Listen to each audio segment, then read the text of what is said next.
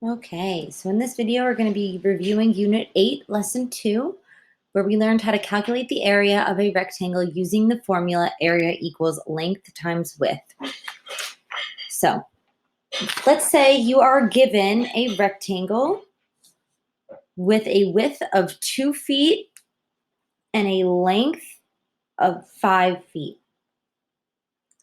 All you would do is use your formula, area equals length times width, to plug in your dimensions into the formula. So if we're calculating for area, for example, we are looking for our length. Well, if we look at our directions or our diagram, it tells us that our length is 5 feet times our width, which our diagram shows is 2 feet. And then all you would have to do is multiply, and we know that 5 times 2 is 10. But when we are calculating for area, we must remember that our units must always be squared. So our units are feet squared. And I think it's important to write down or make a mental note. Area is always written in units squared. So for example, that can be inches squared, centimeters squared, millimeters squared. You get the idea. If you're calculating or solving for area, your answer will always be squared. Your units will be squared. So the area of this rectangle right over here is 10 feet.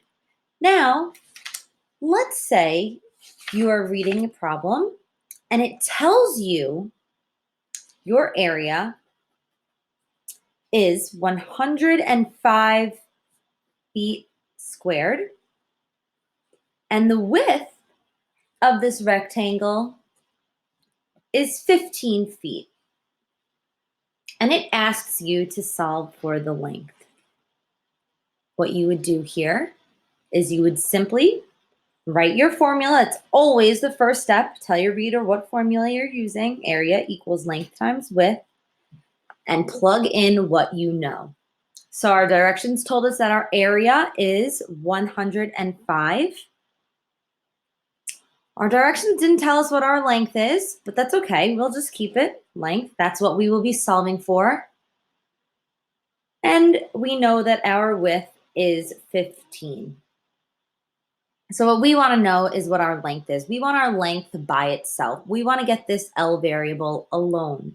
But right now it's being multiplied by this 15.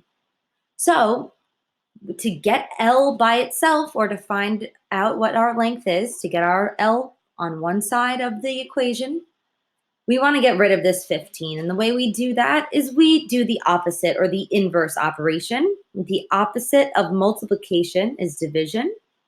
So we're going to divide by 15, so those cancel out. And we know whatever we do on one side of the equation, we must do on the other side. Therefore, I'm going to divide 105 by 15, and that is going to give us 7.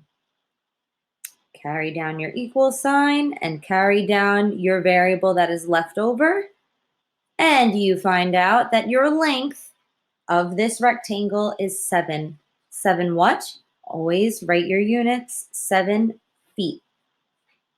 And since you're solving for length, it's only feet because you weren't solving for area. Okay?